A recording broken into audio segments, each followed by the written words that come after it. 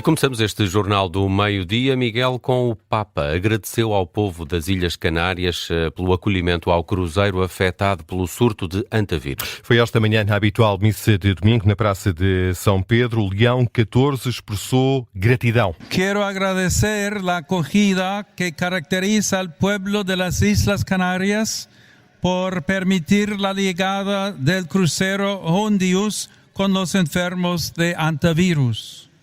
Estoy contento de poder encontrarme con vosotros el próximo mês en mi visita a las islas.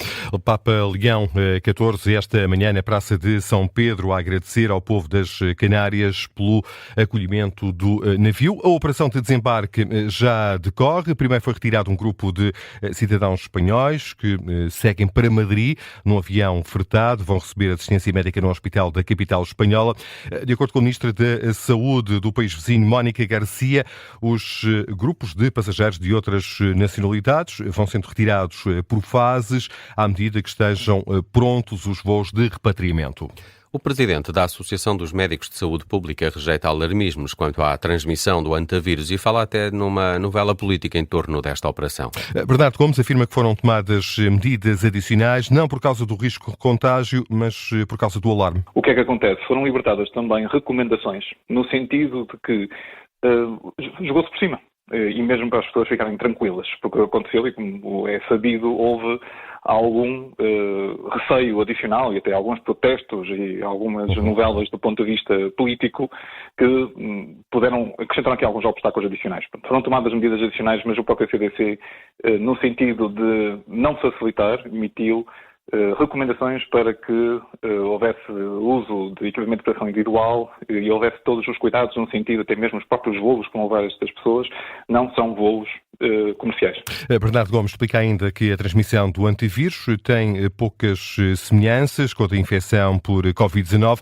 A capacidade de transmissão é diferente. Pode ocorrer, mas depois parece não haver capacidade de haver transmissão sustentada, ou seja, um indivíduo A consegue, mas infectando o indivíduo B, ou C, ou D, esses depois não conseguem passar o testemunho para a frente. E, portanto, em termos de capacidade de transmissão exponencial, ficamos ali limitados. Até mesmo a literatura diz que não há, simplificando o número básico de produção, aquela capacidade de multiplicação, sendo abaixo de 1, ou seja, não há a capacidade de transportar de geração em geração de infecção um número crescente. Ao contrário do que acontecia com a Covid-19. Libertados estes passageiros e tripulação, alguns vão ficar sob regime de quarentena, embora a decisão não seja unânime. A decisão cabe a cada país. Os países têm liberdade para definir as condições em que as pessoas vão estar.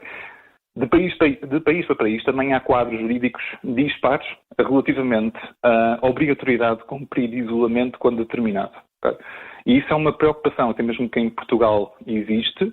Há recomendações internacionais, organizações nacionais, mas depois depende um bocado do contexto jurídico e até mesmo das opções pragmáticas de cada país. As explicações do Presidente da Associação dos Médicos de Saúde Pública diz também que tudo aponta para que este surto tenha sido um surto esporádico de antivírus.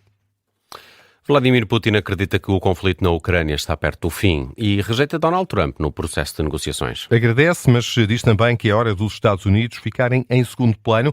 O presidente russo admite ainda encontrar-se com Zelensky cara a cara assim que estiver pronto um acordo de paz. Прежде всего касается России и Украины.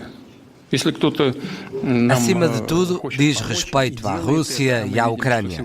Se alguém quiser ajudar, vemos que é o caso da administração norte-americana e do presidente dos Estados Unidos, que está empenhado em alcançar um acordo. É claro que ninguém precisa deste conflito e todos têm outras prioridades. Agradecemos, mas este é um assunto que tem de ser tratado entre a Rússia e a Ucrânia. O Ocidente prometeu ajuda e depois começou a alimentar um confronto com a Rússia, que ainda dura atualmente. Penso que a questão está a chegar ao fim, mas é um assunto sério.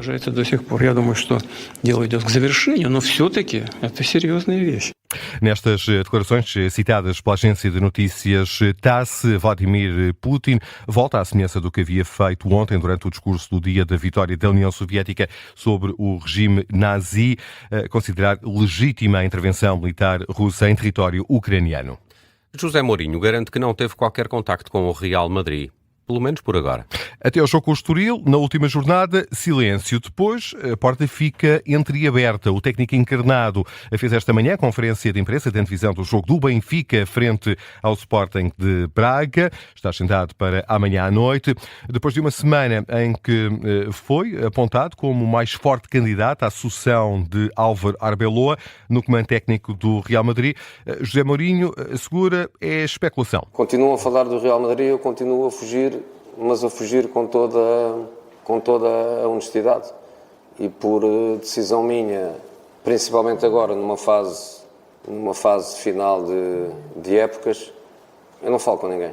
Portanto, eu não tive nenhum contacto com o Real Madrid, não tive, e até o último jogo do campeonato contra o Estoril também não vou ter.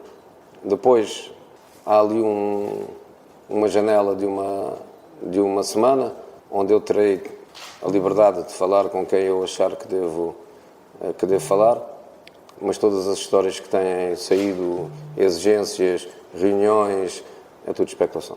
Tudo especulação, diz José Mourinho, que não afasta ainda assim, no final da época, depois do jogo com o Estoril, a que possam ocorrer conversas. Por agora não, depois logo se vê. Quanto ao embate amanhã, frente ao Sporting Clube de Braga, José Mourinho sublinha que só existe uma possibilidade para os encarnados. O estado de alma é perfeitamente objetivo. Temos que ganhar, não temos outra solução. O próprio estilo de jogo que o Braga tem, normalmente os adversários que têm que correr mais do que eles, porque eles são muito fortes em posse, sempre está grande atenção a isso, mas penso que eles ainda precisam de qualquer coisa para confirmarem a quarta posição, portanto seguramente motivação não lhes faltará.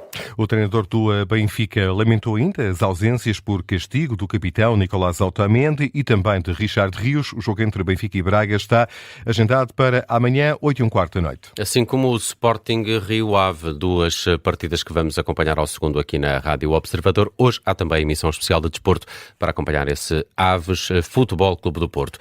Vamos a outras notícias que também estão em destaque a esta hora, Miguel. Começa a esta hora a final da Liga dos Campeões em hóquei em patins, final feminina da Liga dos Campeões. O Benfica defronta as espanholas do clube Patin Fraga. As encarnadas tentam conseguiram em 2015 sagrarem-se campeãs europeias. O Benfica chega a esta final depois de ter derrotado na sexta-feira as espanholas do Telecable Rijon por 5-2 no pavilhão Dr. Mário Mexia em Coimbra. Também por Coimbra, o Benfica tenta agora superar novamente um clube espanhol, agora o clube Patin Fraga. O Benfica não está a correr bem. Estou aqui a olhar para o canal 2 da RTP, que está a transmitir esta partida. Está a perder por 1-0. Ainda estamos na primeira parte. O encontro começou há instantes. Faltam cerca de 21 minutos para o final e o Benfica está a perder por 1-0. Mais logo a final masculina desta Liga dos Campeões em hóquei em patins. É a partir das 6 da tarde, frente a frente, o Porto e o Barcelona. Rally de Portugal, a prova chega hoje ao fim no norte do país. E Sebastião Ogier estava muito perto da vitória, teve a vitória na mão. A verdade é que deixou escapar o pássaro e a culpa, Nelson, foi de um furo. A culpa foi de uma pedra. Foi uma pedra. Ai, foi a pedra. Furou, sim. Pelo menos foi isso que disse Ogier no final da etapa, onde teve de parar e perdeu quase 2 minutos e pouco. Na classificação geral cai para sexto, tem 1 minuto e 23 de desvantagem para o novo líder, Thierry Neuville, que tem agora uma luta pela vitória apenas com Oliver Solberg. Está a 14 segundos em segundo lugar. Alfyn Evans é terceiro a 27. Faltam 11 quilómetros. A Power Stage FAF 2 arranca a 1h15. Uma pedra a impedir a 8ª vitória de Sebastião Ogier no Rally de Portugal.